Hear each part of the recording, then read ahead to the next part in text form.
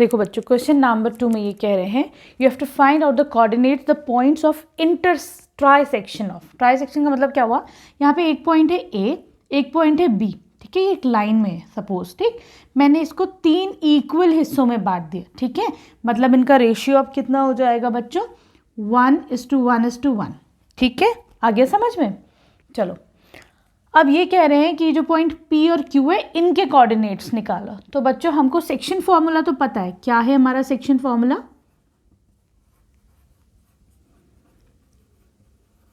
अगर हमको point P के कोऑर्डिनेट्स चाहिए सपोज, ठीक है, तो देखो बच्चों यहाँ पर हमारे पास ये क्या है, ये A है ना, तो यहाँ पर इसको तो तुम ले लो x1, ये हो जाएगा y1, ठीक, यहाँ पर ये हो जाएगा x2, ये हो जाएगा y2, ठीक है, सही।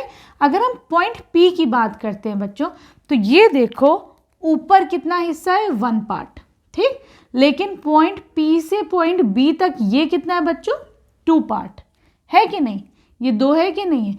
तो यहाँ पर तुम्हारे पास m1 हो जाएगा 1 और m2 हो जाएगा 2, ठीक है, क्लियर है, क्योंकि एक पॉइंट A है एक पॉइंट B है, तुम्हें पॉइंट P के कोऑर्डिनेट्स चाहिए, तो मैं P से B का डिस्टेंस फाइंड आउट करूंगी, ठीक है, क्लियर है। तो पॉइंट P ने से कितने में डिवाइड करा है, 1:2 के रेशियो में डिवाइड करा है।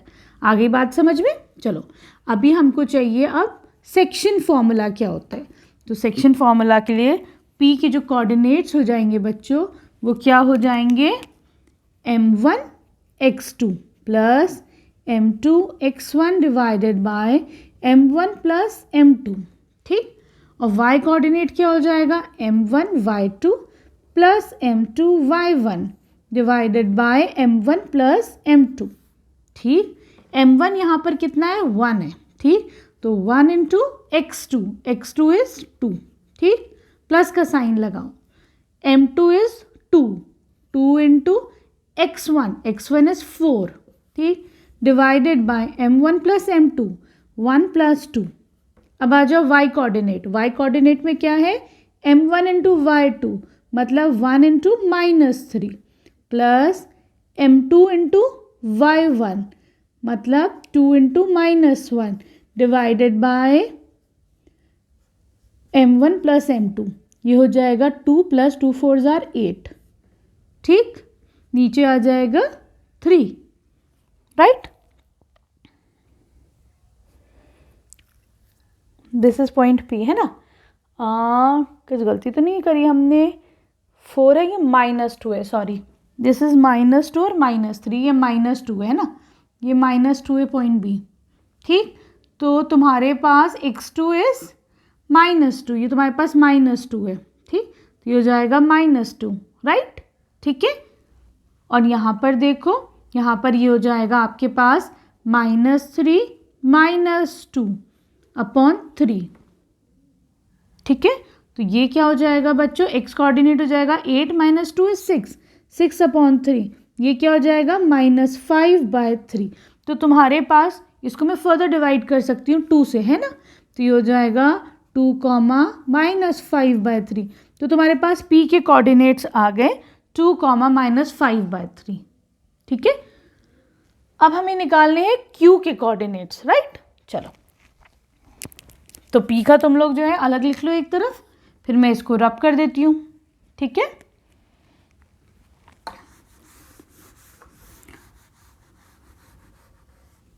अब हमें निकालने हैं Q के कोऑर्डिनेट्स, है ना।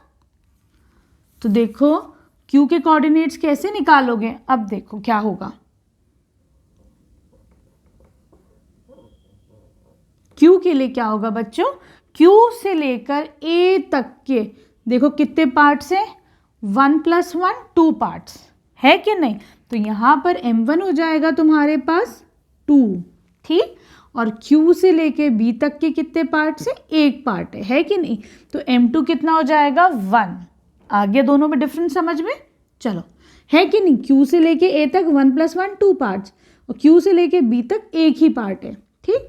अब देखो कैसे निकालोगे तुम Q के coordinates using section formula, m1 into x2, तो m1 इज 2, ठीक, x2 इज -2, ठीक, plus m2 is 1 1 into x2 is 4 divided by m1 plus m2, 2 plus 1.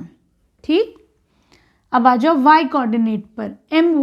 m1 is 2, 2 into y2 is -3, plus का साइन लगाओ.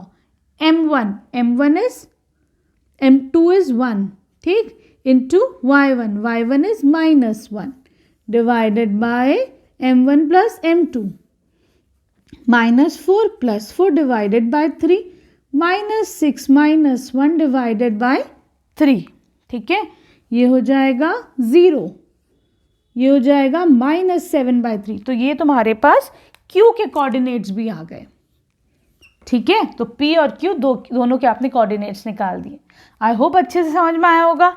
अब आ जाओ question number 3 पर.